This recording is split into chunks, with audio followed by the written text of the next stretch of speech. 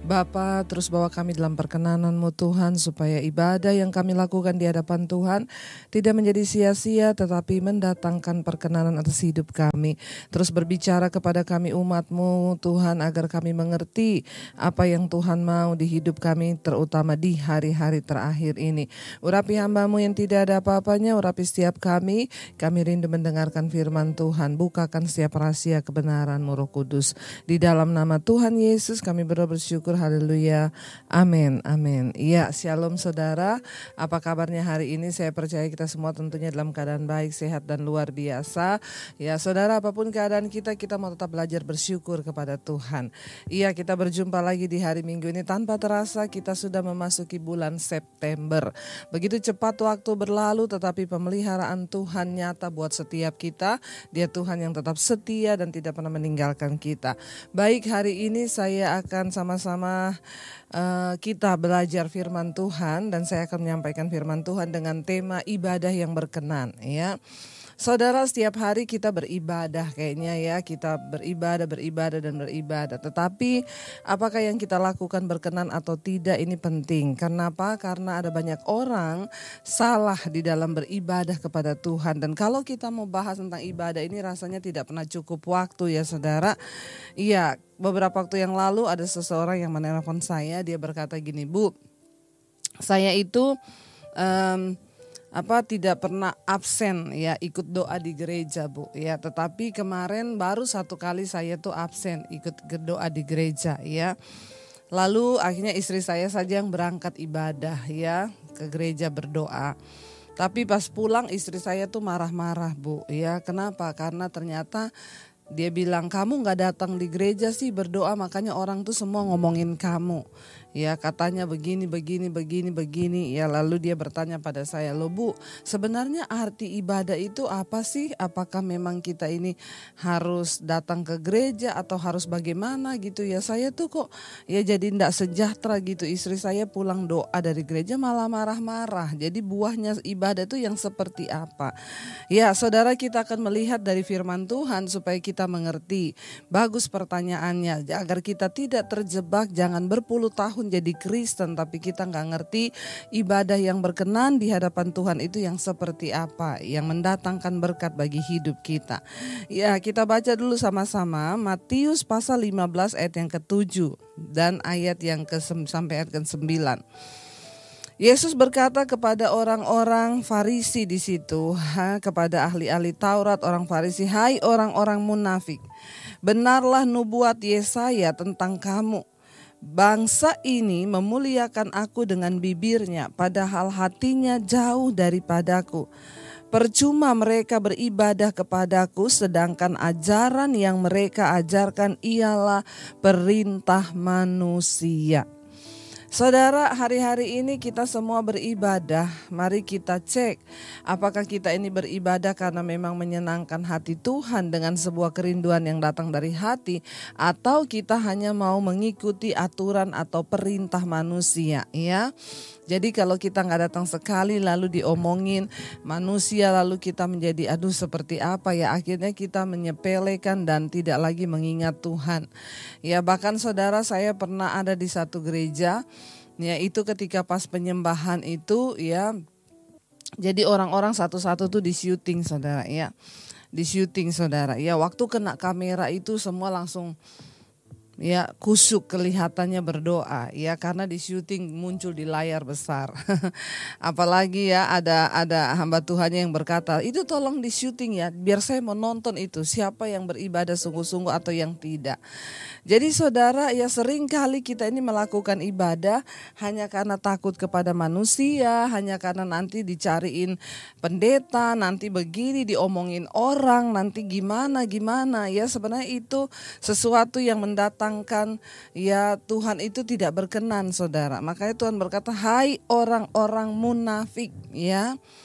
Jangan sampai kita ini merasa kita sudah beribadah, ternyata kita masuk dalam kategori orang munafik di hadapan Tuhan, ya. Hai orang-orang munafik, benarlah nubuat Yesaya tentang kamu. Ini sudah kita pelajari beberapa waktu yang lalu di doa malam, mesbah doa, ya. Ini Yesaya berkata, ya, nubuatan Yesaya tentang kamu. Bangsa ini memuliakan aku dengan bibirnya, padahal hatinya jauh daripadaku. Saudara bisa bayangkan dari zaman Yesaya sampai ke zaman Yesus, ternyata nubuatan yang Yesaya sampaikan tentang bangsa itu masih tetap sama. Ya, makanya Yesus itu mengutip dari apa yang Yesaya katakan. Dia berkata apa? Ya, hai orang-orang munafik, benarlah nubuat Yesaya tentang kamu. Ya, bangsa ini memuliakan aku dengan bibirnya, padahal hatinya jauh daripadaku. Percuma mereka beribadah kepadaku, sedangkan ajaran yang mereka ajarkan ialah perintah manusia. Jadi kisah ini adalah ketika waktu itu, ya, orang-orang Farisi mempersoalkan, ya, kenapa murid-muridmu tidak membasuh tangan? Ya, orang itu aturannya kalau mau masuk ke bait suci itu harus basuh tangan, harus basuh kaki, harus begini, harus begitu. Ya, Yesus berkata, mengapa juga kamu mengikuti adat istiadat nenek moyangmu, lalu kamu tidak mengikuti aturan Tuhan? Jadi saudara, ada banyak hal-hal yang seringkali kita ini berpikir kita mengikuti aturan Tuhan, padahal itu bukan lagi aturan Tuhan. Makanya saudara, berhentilah berdebat, karena Tuhan itulah sumber kebenaran. Kalau saya lebih tertarik, mari kita mempersiapkan hati kita di hadapan Tuhan supaya kita ini nanti tidak kedapatan bersalah, ya. Mari, Tuhan itu Tuhan yang melihat hati. Ya, jangan hanya datang karena aturan manusia atau apapun, tetapi kita mau datang kepada Tuhan karena hati yang rindu untuk beribadah. Tanpa ada campuran apa-apa, Tuhan mau kita beribadah dengan, kata firman Tuhan, anggur yang murni. Ya, dengan adonan yang murni tanpa ragi. Jangan membawa sesuatu pada Tuhan yang justru mendatangkan murka atas hidup kita, ya. Karena itu sebagian orang itu, saudara, tidak terjadi perubahan dalam hidupnya. Kenapa? Karena dia datang ke gereja, dia nyanyi dengan mulutnya, tapi dia tidak pernah menyadari bahwa Tuhan itu tertarik dengan sikap hatinya. Karena itu orang pulang dan tidak pernah berubah. Yang mabok tetap mabok, yang judi tetap judi, yang selingkuh tetap selingkuh. Ibadah itu menjadi gak ada nilai apa-apa bagi kita. Kenapa? Karena kita ini hanya dengan bibir, dengan mulut beribadah, tapi sesungguhnya hati kita itu jauh dari Tuhan, saudara. Tuhan tidak mau yang seperti itu. Ya, Tuhan menentang orang-orang yang seperti itu. Mari kita kembali kepada firman Tuhan. Jangan hanya mengikuti aturan-aturan manusia, tetapi lebih dari itu kita mau mengikuti aturan Tuhan. Ya, jangan beribadah hanya karena pekewo, nggak enak sama orang, nanti dibilang begini, nanti kalau nggak datang dibilang begitu. Apalagi sebagian orang ke gereja hanya mementingkan baju dan penampilan. Kita harus berpakaian yang baik, tetapi jangan baju menjadi alasan, ya. Sering kali saya mendengar ada ibu-ibu yang berkata, iya Bu, anak saya itu nggak mau ke gereja, alasannya kenapa? Nggak ada baju, ya, nggak punya baju. Sebenarnya kita ini mau beribadah atau mau datang mempersembahkan hati?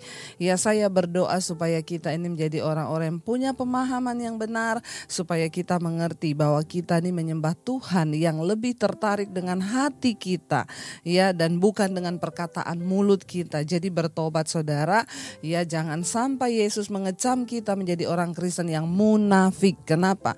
Hati mereka jauh, tetapi mulut mereka itu kelihatannya, wah, kalau sudah berdoa dengan mulut hebat, tetapi hatinya jauh. Karena itu hidupnya tidak pernah berubah. Apa ciri-ciri orang yang munafik? Hidupnya gak berubah, di mulut lain, di hati lain. Jadi kita mau mendapat perkenanan Tuhan bagaimana? Waktu hati kita ini kudus dan kita merindukan Tuhan sungguh-sungguh, bukan karena paksaan, bukan karena apa kata orang, tapi kita mau beribadah mencari Tuhan. Kenapa? Karena memang hanya Tuhan yang layak, dan karena memang kita butuh Tuhan, kita rindu Tuhan, kita ingin mendapatkan sesuatu sesuatu dari Tuhan. Saya bersyukur kalau saudara tetap setia mengikuti mesbah doa.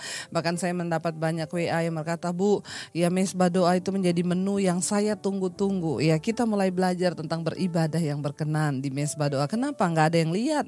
Ya tidak ada yang melihat saudara. Saudara dengan keluargamu datang kepada Tuhan, mengalami perubahan hidup, mendengarkan firman. Mari kita belajar terus menyenangkan hati Tuhan hari-hari ini ya saudara. Jangan cuma datang dengan mulut tetapi hatinya menjauh dari Tuhan. Kita mau datang untuk sungguh-sungguh mencari Tuhan. Ya, saya pernah kasih contoh begini saudara. Ada dua orang bersahabat ya. Lalu temannya berkata sama temannya yang satu, besok kamu ke gereja enggak? Ya enggak mau mancing aja ya. Loh kok kamu enggak ke gereja? Besok kan hari Minggu. Enggak, saya mau mancing ya. Oh kamu tuh ya berdosa loh nggak ke gereja malah mancing. Ya udah ndak apa-apa kalau kamu mau ke gereja silakan. Ya akhirnya yang satu ke gereja, yang satu mancing saudara. Yang di gereja itu ya mikirin temennya. Aduh ya ini saya datang di gereja pendetanya bikin ngantuk, mending saya tadi mancing ya. Dia di sana udah dapat berapa ekor ikan ya. Kira-kira aduh enak banget ya mancing ya. Selama ikut ibadah di gereja pikirannya mancing. Sebaliknya yang lagi mancing itu saudara, dia bilang gini, aduh Tuhan saya ini kayaknya berdosa deh. Harusnya tuh saya tadi ini ke gereja daripada saya mancing. Ampuni aku Tuhan. Lalu dia mulai merenungkan hidupnya saudara. Di samping sungai ya dengan tangan dengan pancing di tangannya dia mulai merenungkan, Tuhan ampuni aku Tuhan. Ya engkau sudah begitu baik bagiku Tuhan. Dan aku itu menyia-nyiakan semua anugerah Tuhan dalam hidupku. Ampuni aku Tuhan. Yang di gereja aduh lebih enakan mancing nih tadi. Jadi saya mau tanya sama saudara, kira-kira yang hatinya itu di Tuhan dilihat berkenan yang mana? Ya saudara menilai sendiri, tapi bukan berarti ya kalau gitu kita gak usah ke gereja aja, mancing aja terus, yang penting hati. Enggak. Saya lagi mencoba memberikan makna hati yang berkenan di hadapan Tuhan tuh yang seperti apa. Jangan kita tertipu dengan kegiatan-kegiatan fisik yang kita pikir. Hari-hari ini kan banyak orang kelihatannya melayani, tapi hatinya gak ada yang tahu. Ya ketika kita benar-benar mau mempersembahkan hidup dan hati kepada Tuhan, itulah yang Tuhan berkenan. Ya kalau Anda di gereja ya di gereja dengan hati yang di gereja, lagi ibadah kepada Tuhan ya, bukan di gereja tapi pikirannya kemana-mana, ya itu nggak mempersembahkan hati. Tuhan berkata, hai orang-orang munafik. Ya jangan saudara ya, mungkin sebagian dari kita menganggap ibadah itu sebagai hanya kebiasaan turun temurun. Ya karena kalau saya itu nggak ke gereja nanti orang tua saya marah, papa saya marah. Rutinitas sejak kecil. Jadi ada orang-orang yang aduh kalau nggak ke gereja itu rasanya, tapi hidupnya nggak pernah berubah. Puluhan tahun dia ke gereja seperti itu tiap hari Minggu, tetapi hidupnya nggak pernah berubah. Karena kita berpikir ibadah itu hanya sebuah rutinitas, kita datang, duduk, dengar, pulang. Nggak pernah terjadi apa-apa dalam hidup kita ya. Kita tidak pernah datang dengan hati yang rindu mencari sesuatu yang benar-benar datang dari Tuhan. Aduh nanti ini apa ya firman-Nya, saya mau datang pada Tuhan, saya mau ya berdoa, saya mau membawa hati dan hidup saya kepada Tuhan. Ya karena itu saudara, jangan jadi orang munafik ya. Kita mau menjadi orang yang sungguh-sungguh berkenan di hadapan Tuhan ya, supaya kita ini bisa menjadi orang yang tidak munafik saudara. Kekristenan kita bisa dibaca oleh semua orang. Orang melihat, oh iya dia itu sekarang hidupnya berubah loh. Ya sejak dia rajin ke gereja, sejak dia rajin ikut Tuhan, itu hidupnya sekarang berubah. Itu kan yang kita rindukan dan Tuhan rindukan ya saudara. Yang berikutnya saya pengen kita sama-sama baca saudara ya. Firman Tuhan dari 1 Timotius 4 ayat yang ke-7 ya. 1 Timotius 4 ayat yang ke-7, tetapi jauhilah tahayul dan dongeng nenek-nenek tua, latihlah dirimu beribadah. Latihan badani terbatas gunanya, tetapi ibadah itu berguna dalam segala hal karena mengandung janji, baik untuk hidup ini maupun untuk hidup yang akan datang. Ya jauhi tahayul dan dongeng nenek-nenek tua. Banyak orang Kristen yang udah Kristen tapi masih percaya tahayul. Ya masih percaya. Kemarin itu saudara ada seorang yang konseling kepada saya. Ya, dia bilang, Bu, tolong doakan saya, Bu, saya mau bertobat. Kenapa? Saya ini hidup sebagai simpanan suami orang. Ya, lalu saya mendengarin khotbahnya Ibu Debbie, saya pengen bertobat. Ya, karena saya tinggal di luar pulau jauh, Bu, dari Jakarta. Saya terdorong untuk bertobat. Ya, seperti yang Ibu berkata, kita harus mengaku dosa, lalu serahkan hidupmu. Kebetulan saya juga belum dibaptis, Bu. Jadi saya itu pengen bertobat. Lalu saya datanglah ke pendeta saya, Bu, ya, di kampung. Lalu saya berkata, Bu pendeta, saya mau bertobat, Bu. Dia cerita semua, saya ini pelakor, saya tinggal dengan suami orang, kumpul kebo. Saya pengen bertobat, tinggalkan dia, saya pengen dibaptis, ya.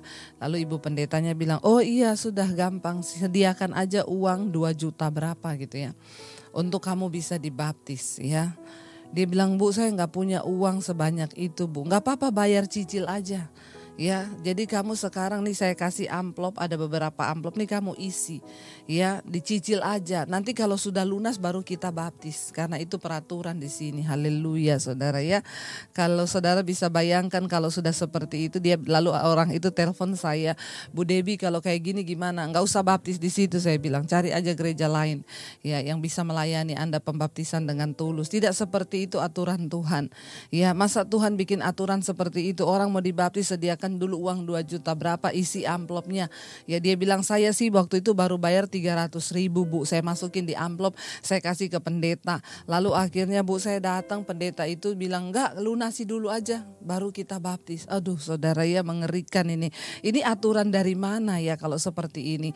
Saudara, ya, kita harus benar-benar mengerti kebenaran yang hakiki, ya, supaya apa? Jangan kita ikuti aturan-aturan manusia. Ya, kalau dia bilang gini katanya, kalau kamu belum melunasi itu nanti nggak sah pembaptisannya. Ini cerita dari mana? Ini kan tahayul. Ini dongeng nenek-nenek tua begini ini, Saudara, ya. Ini aturan yang dibikin manusia, ya. Tuhan tidak berkenan dengan seperti itu. Nggak ada ayatnya dibilang orang mau baptis sediakan dulu, siapin dulu uang sekian-sekian. Ya, bertobat ya, Saudara. Mari kita mau sungguh-sungguh mengerti. Di sini dikatakan jauhi tahayul. Ya, oh kalau malam Jumat itu ada setan, oh kalau gini nanti orang mati ada 3 malam lalu 100 malam. Ya, masih banyak yang tanya, Bu, apakah kita tuh wajib merayakan ya orang mati 3 malam, 40 malam, lalu 100 malam, 1000 malam? Itu aturan dari mana?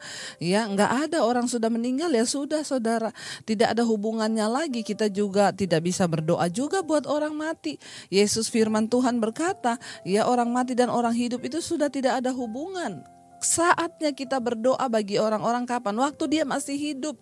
Doakan waktu dia masih hidup. Ya, ketika dia masih ada, orang tuamu masih hidup, doakan, Saudara, ya. Jangan setelah mati baru mau berdoa. Ya, itu salah. Ini pemahaman dan konsep-konsep orang Kristen yang salah.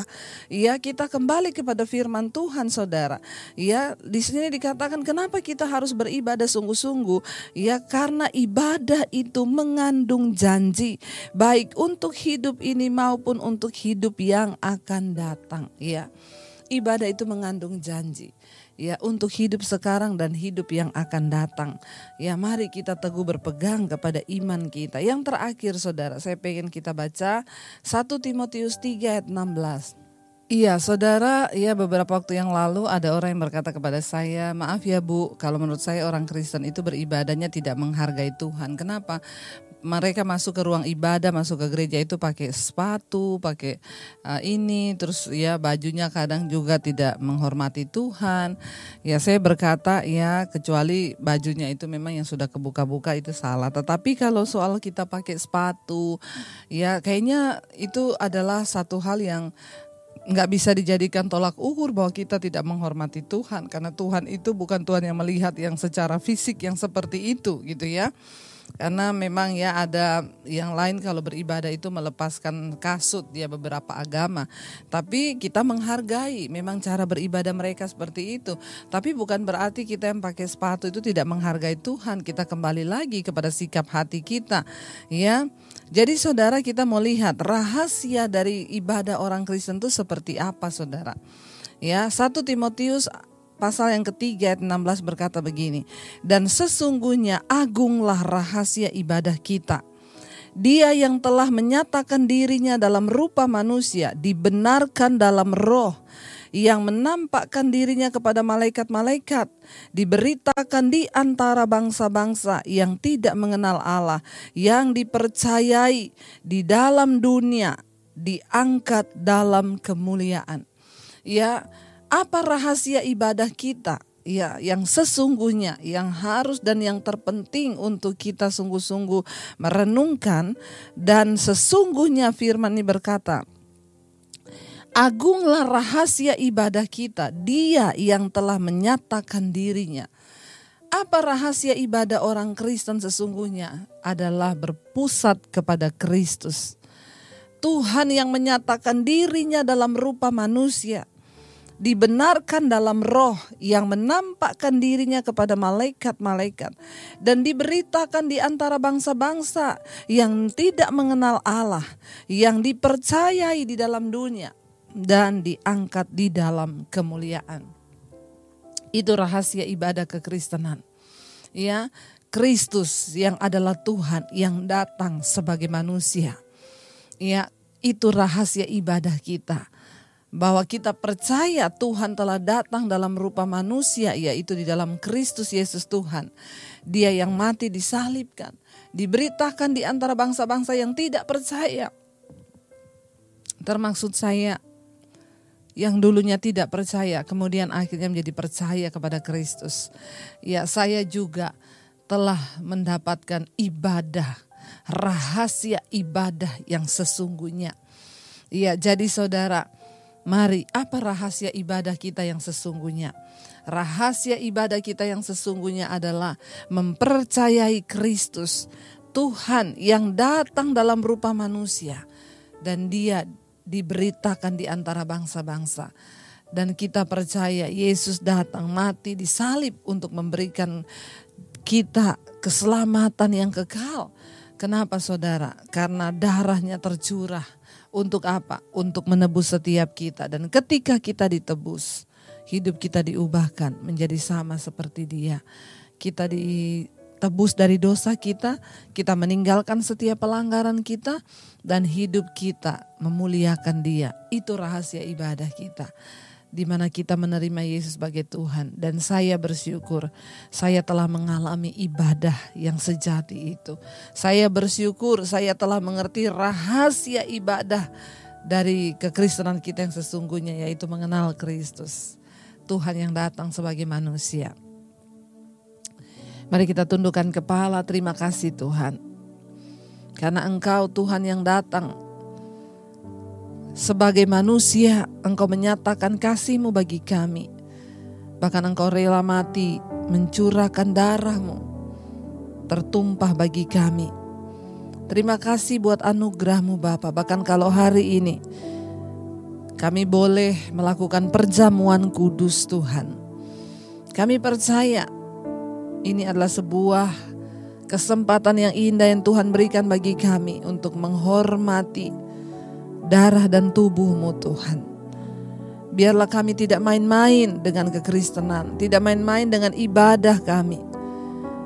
Inilah rahasia ibadah Tuhan yang turun sebagai manusia, mati dan disalibkan bagi setiap kami, dan yang namanya diberitakan di antara bangsa-bangsa. Kami mau terus Tuhan menyatu dengan Engkau. Biarlah Tuhan kami terus menyatu dengan tubuh dan darah-Mu. Dan bahkan sebelum kami melakukan perjamuan, kami berdoa Tuhan, kuduskan kami, sucikan kami. Kalau ada dosa-dosa yang masih kami lakukan, kepahitan, kebencian, amarah, kenajisan, percabulan, perselingkuhan, dosa apapun yang tidak berkenan, Tuhan mampukan kami membuang semua dosa itu di dalam nama Yesus. Bahkan darah-Mu yang sudah menebus kami. Tuhan, kami mau sungguh-sungguh untuk beribadah agar hidup kami berkenan di mata Tuhan. Kuduskan setiap kami Bapa. Kuduskan hidup kami Tuhan. Kami mau sungguh-sungguh untuk masuk di dalam perjamuan pada hari ini.